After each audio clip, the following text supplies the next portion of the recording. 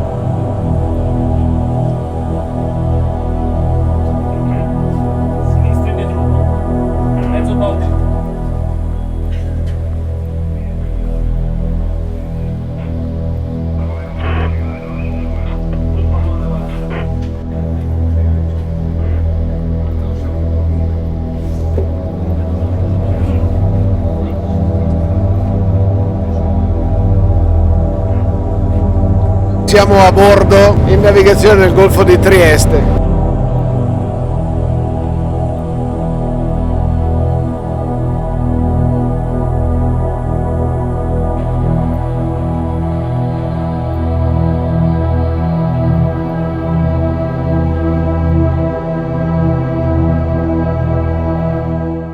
Di vascello Francesco Strazzulla e sono il comandante di Nave Peluso. Nave Peluso è un'unità d'altura della Guardia Costiera che può svolgere diverse missioni, tra cui la ricerca e il soccorso in mare, che è il compito principale della Guardia Costiera, attività di controlli in mare e di polizia marittima, tra cui il controllo del fenomeno della pesca illegale e il controllo delle aree marine protette.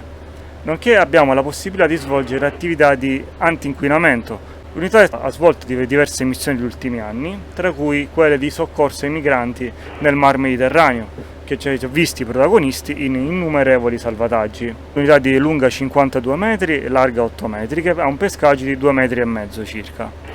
L'equipaggio è costituito da 37 militari, suddivisi in varie categorie.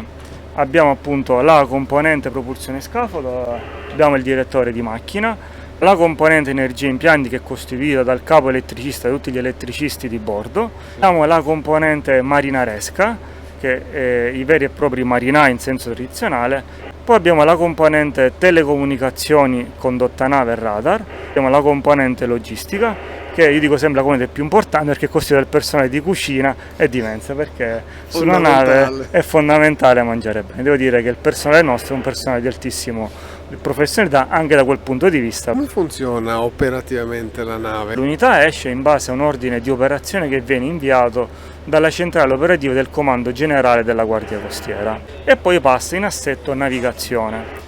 Cosa vuol dire? Che ovviamente non possiamo stare tutti svegli perché la navigazione dura diversi giorni, per cui siamo organizzati in un turno di 3 squadre. Ovviamente nel momento clou della missione, che può essere il salvataggio in mare, il controllo, siamo tutti svegli perché ovviamente tutti siamo fondamentali appunto nello svolgere la missione. La ringrazio. Grazie a voi, grazie a voi.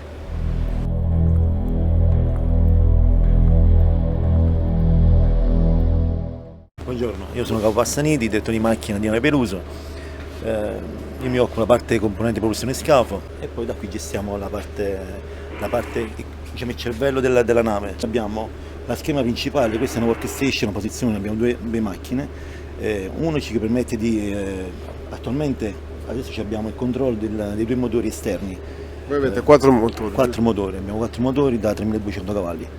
Attualmente stiamo navigando con 2 motori, soltanto gli esterni. Questa prima schermata diciamo, è la parte dei motori, poi abbiamo la parte combustibili, poi abbiamo la parte diesel generatori, perché diciamo, la nave è composta da 3 sala macchine davanti, sala macchine di dietro e diesel generatori.